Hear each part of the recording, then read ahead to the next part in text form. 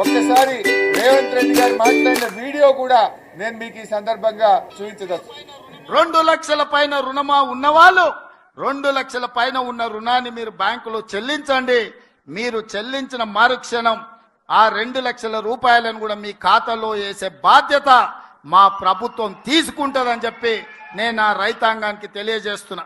ఏమన్నారు రేవంత్ రెడ్డి గారు?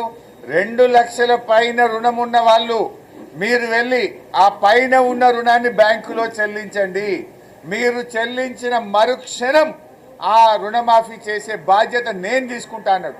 నేను అడుగుతా ఉన్నా రేవంత్ రెడ్డి, ఏమైంది నీ బాధ్యత? దేవుళ్ళ మీద ఒటువంటి మాట చెప్తావు, అసెంబ్లీలో చెప్పి మాట చెప్తావు, పబ్లిక్ మీటింగుల్లో రైతులకు ఇచ్చిన మాట నిలబెట్టుకోవా? రేవంత్ రెడ్డి గారు, మీరు పాలమూరు బిడ్డ అంటారు.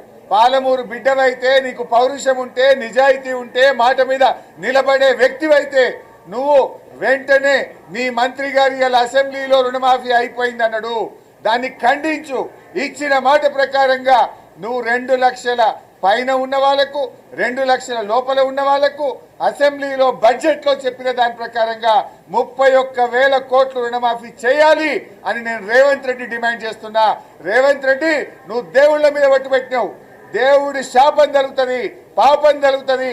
దేవుడు వదిలిపెట్టడు.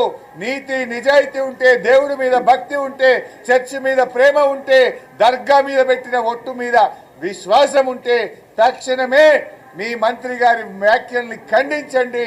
2 లక్షల రుణమాఫీని ఎప్పట్లోగా చేస్తారో, 31,000 కోట్లు ఎప్పటిలాగా పూర్తి చేస్తారో ఈ రాష్ట్ర ప్రజలకు స్పష్టమైన హామీ ఇవ్వాలని డిమాండ్ చేస్తున్నాం. లేకపోతే బీఆర్ఎస్ పార్టీ రాష్ట్ర వ్యాప్తంగా పెద్ద ఎత్తున పోరాటానికి శ్రీకారం చుడుతుంది.